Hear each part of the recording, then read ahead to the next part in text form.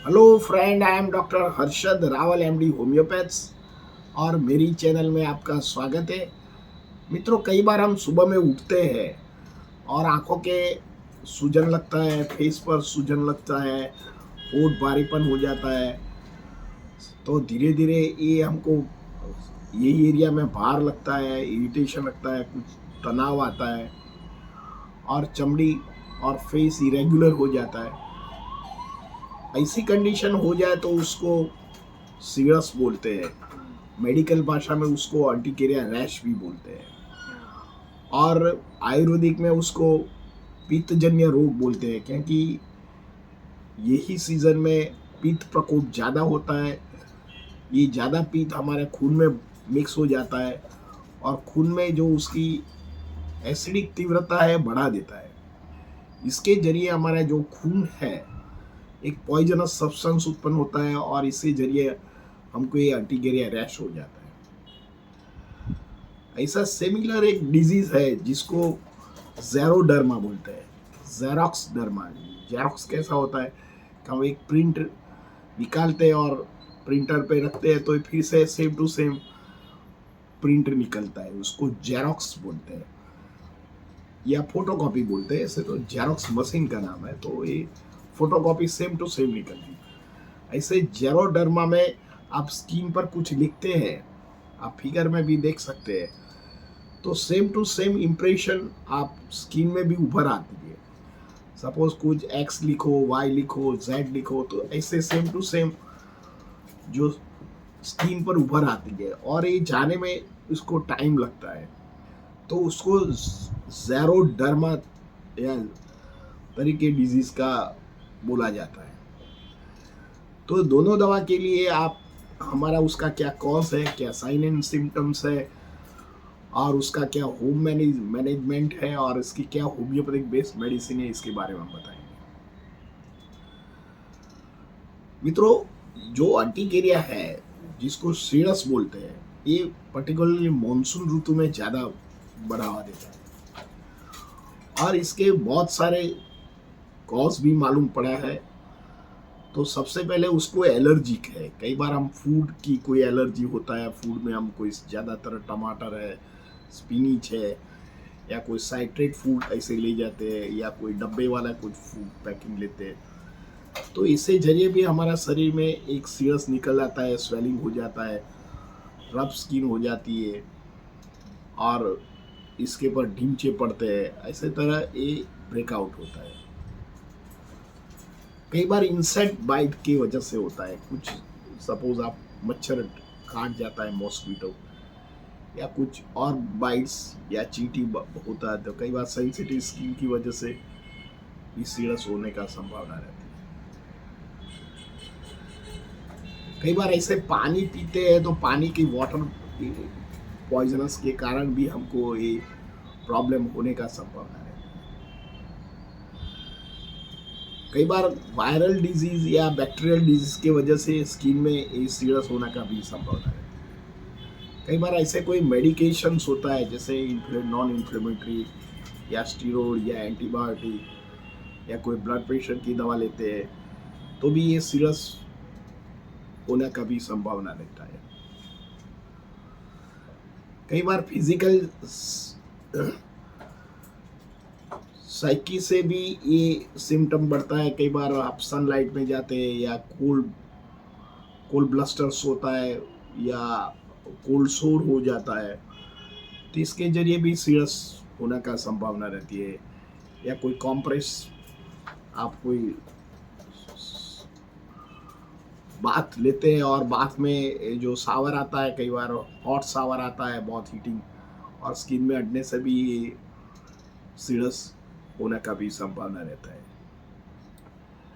कई बार emotional breakdown की वजह से भी कई लोगों का स्किन में सीरस निकलता है और उसको बहुत सारी दवा करने के बाद भी वो शरीर में से हटता नहीं है। तो कई बार इमोशनल स्ट्रेस की वजह से दर्दी को ये सीरस होने का भी एक कारण हो सकता है। कई बार autoimmune disease, suppose thyroid है या कोई कैंसर डिजीज में आप ऑटो इम्यून थेरापी लेते हैं या डायबिटीज़ है, तो ऐसे डिजीज़ में ये रोग बहुत सारे झड़प से होने का संभावना रहती है। 10 दर्दियों में से 2 दर्दी जो डायबिटीज़ है, थायराइड है, उनको अर्टिकेरिया रश होने का संभावना रहती है। तो उसका क्या साइन एंड सिम्टम है, तो आगे बताया कि आप सुबह में उठो और फेस के आजू बाजू में स्वेलिंग हो जाए, रेड बुल्ली टाइप सिरस स्किन में उभराव निकल आए, दर्दी को ये एरिया में चमड़ी में कुछ खींचता हो ऐसा फीलिंग हो जाए, कोई नीडल प्रिकलिंग करता है, ऐसे रेडिश इरप्शन आता है, वो कई बार 1 दिन में जाता है, कई बार 2 दिन में जाता है, कई बार जाने का नाम ही नहीं लेता है। तब दर्दी जाके वो बहुत सारे टेस्ट कराते हैं, तब कोई एलर्जी की दवा लेते हैं, कोई एंटी हिस्टामिनिक की दवा लेते हैं, कोई स्टीरॉइड युक्त दवा लेते हैं, कई बार एंटीबायोटिक दवा लेते हैं, कोई और ऑइंटमेंट कुछ ऐसे स्टीरॉइड युक्त लगाते हैं। तो दर्दी को ये टेम्पररी राहत रहता है, पर ये मिटता नहीं है। ऐसे सेम जो डिजीज मैंने ये फिगर में बताता हूँ, ज़ेरोडर्मा मीन्स आप फोटोकॉपी कैसे निकालते हैं, ऐसे सेम टू सेम आप कोई स्किन पे लिखा हुआ है, देखो ये हाथ पे कुछ लिखा है, तो सेम टू सेम स्किन में उभर आता है। ये भी एक लीवर डिजीज है, स्किन में इन्फेक्शन है, और जिन लोगों को क्रॉनिक पीतरस ज़्यादा उत्पन्न होता है, पर्टिकुलर डिलीवरी के बाद लेडीज़ को, तो ये जेरोडर्मा होने का संभावना रहती है। इससे स्किन का जो लस्टर है, फेस का ब्यूटिफिकेशन है, ये धीरे धीरे खराब हो जाता है। स्किन में इरिटेशन हो जाता है, दर्दी को थकान लगता है, कई बार सांस भी चढ़ता है, खून की कमी हो जाता है, B12 की कमी हो जाता है, और कई बार उनका कैल्शियम लेवल भी गिर जाता है, शुगर लेवल भी डायबिटीज़ में बढ़ जाता है, दर्दी रेस्टलेसनेस हो जाता है, और दर्दी को लगता है कि बहुत सारी दवा करने के बाद भी नहीं मिटता है, तो ये फ्रस्ट्रेशन में आ जाता है। तो ऐसे कंडीशन में आप जो होम मेडिसिन है, एक तो आप देखिए कि जो कारण से आपको अर्टिकेरिया है और ज़ेरोडर्मा हुआ है उसको अवॉइड कीजिए। में कई बार टमाटर लेते हैं या सॉस लेते हैं, और आप देखिए कि ना आपने 24 या 36 आवर में कुछ ऐसा आउटसाइड कुछ फूड खाया है जो आपको शरीर की प्रकृति को अनुरूप नहीं हो, तो ऐसे फूड अवॉइड कीजिए। जनरली सॉस से होता है, ब्रेड से होता है, एग से होता है, और कई बार हनी से भी होता है। दर्दी के कुछ भी थोड़ा भी हनी खा लेता है तो अर्टिकेरिया रश हो जाता है, फूड एलर्जी हो सकता है, कई बार फूड कंटामिनेशन कलर की वजह से भी उनको रिएक्शंस हो जाता है। तो एक तो आउटसाइड फूड आप अवॉइड कीजिए, और बना तो आप होममेड फूड ही खाइए। सपोज कोई ऐसे ड्रग लेते हैं तो ये ड्रग को भी अवॉइड कीजिए, और आपके जो भी डॉक्टर ने प्रिस्क्राइब किया है उनको संज्ञान में लाइए कि डॉक्टर साहब में दवा लेने के बाद ऐसा होता है, तो भी आपके लिए बहुत अच्छा है, और ये फिर से अर्टिकेरिया नहीं होने का शक्यता रहती है। सपोज आप कोई सनलाइट में जाते हैं, वो कोई ठंडा प्रदेश में ट्रैवल करते हैं, तो आप अंदर कॉटन यूज पहनिए और ऊपर गर्म पहनिए, तो ये पॉसिबल भी आपको अच्छा करता है। कई बार कोल्ड सोर भी होने का संभावना रहती है, कोल्ड सोर भी एक अर्टिकेरिया का ही पार्ट है, और ठंडी हवा की वजह से भी सीरस निकल आता है, और कई बार सनलाइट में जाता है तो स्किन रेड और स्वेलिंग हो जाता है। जब भी स्किन उभराव आए तो आप कोल्ड एप्लीकेशन लगाइए, या एलोवेरा जेल लगाइए, या पानी पूछ कर पीजिए, 1-2 दिन खाना छोड़ दीजिए, तो भी जो शरीर में एकदम पीत प्रकृति है वो बढ़ा हुआ है उसको रिस्टोर कर देता है, और फिर से दर्दी को ठीक करने में संभावना रहती है। दर्दी को क्या करने का है, तो एक तो उसको स्ट्रेस, मेंटल स्ट्रेस पड़ता है, तो ये अवॉइड करना चाहिए, प्रॉपर स्लीप लेना चाहिए, बैलेंस फूड खाना चाहिए, खाने में फ्रूट एंड वेजिटेबल ज़्यादा खाना चाहिए, योग एंड मेडिटेशन करना चाहिए। हल्दी उसका इज़ अ बेस्ट सॉल्यूशन है, तो आप हल्दी पानी में या हल्दी दूध में, तो हल्दी का उपयोग कीजिए। और एलोवेरा भी आप इंटरनल आप 5 ml जितना 10 ml जितना आप ले सकते हैं। एलोवेरा भी जो बॉडी में ऑटो इम्यून डिजीज़ को सप्रेस करते हैं तो वो अवॉइड कीजिए। कोई ड्रग लेते हैं तो इसको आप संज्ञान कीजिए। तो ये सब कुछ जो फैक्टर है आपको अर्टिकेरिया से बचा सकता है। इसके ऊपर कोकोनट ऑयल भी लगा सकते हैं या कूलेंट बैग भी लगा सकते हैं। ये सब कुछ हमने जो बताया आप घर पे कर सकते हैं। साथ में जो होम्योपैथिक की जो बेस्ट 5 दवा है इसके बारे में हम बताएंगे। जब एक्यूट स्टेज हो जाए और स्वेलिंग हो जाए, फेस में स्वेलिंग हो जाए, आंखों के आजू बाजू स्वेलिंग हो जाए, रेड हो जाए फेस, होठ रेड हो जाए, कई बार हाथों में गुप्तांगों में हो जाए, तो belladonna is a first rank of medicine है। जब एक्यूट फेज हो जाए तो आप बेलाडोना का उपयोग कीजिए।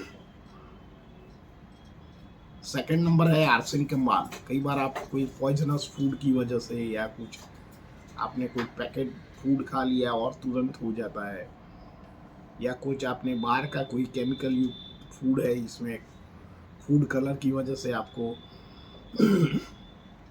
ये जो ब्रेकआउट होता है सोरायसिस, कॉन्स्टिपेशन होता है, इससे डायरिया हो जाता है, वीकनेस लगता है, पानी की प्यास कम लगती है, तब आप आर्सेनिक आल्ब का उपयोग कर सकते हैं। दर्दी को फिजिकली मेंटली डिस्टर्बेंस होता है, तब ये दवा बहुत अमोघ है। थर्ड नंबर की रस्टॉक्स है। कई बार मानसून ऋतु में आपको सीरस निकल आता है और इतना कई बार तो इतना ब्रेकआउट होता है कि दर्दी को सांस लेने में भी तकलीफ होता है, स्किन में भी डिस्टर्बेंस होता है, डायरिया एंड वॉमिटिंग हो जाता है, वीकनेस फील करता है, जॉइंट पेन होता है, हाई ग्रेड बुखार आ जाता है, कुछ भी खाए और तुरंत हो जाए, तब कंडीशन में आप रस्टॉक का उपयोग कर सकते हैं। फोर्थ नंबर की दवा है नेट्रम्यूर। कई बार इमोशनल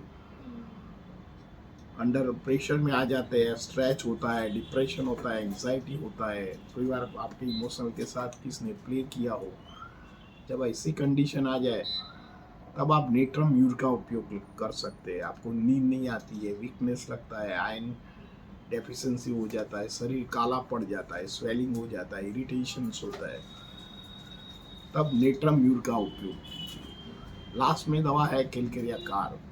जिन लोगों को क्रॉनिक अर्टिकेरिया रफ्स हो या ज़ेरोडर्मा हो तो इसमें कैलकेरिया कार का उपयोग कर सकते हैं। पर्टिकुलरली जो मिडिल एज के लोग होते हैं, इसमें ये जो बार बार अर्टिकेरिया या ज़ेरोडर्मा होता है तो इसमें अमोघ दवा है।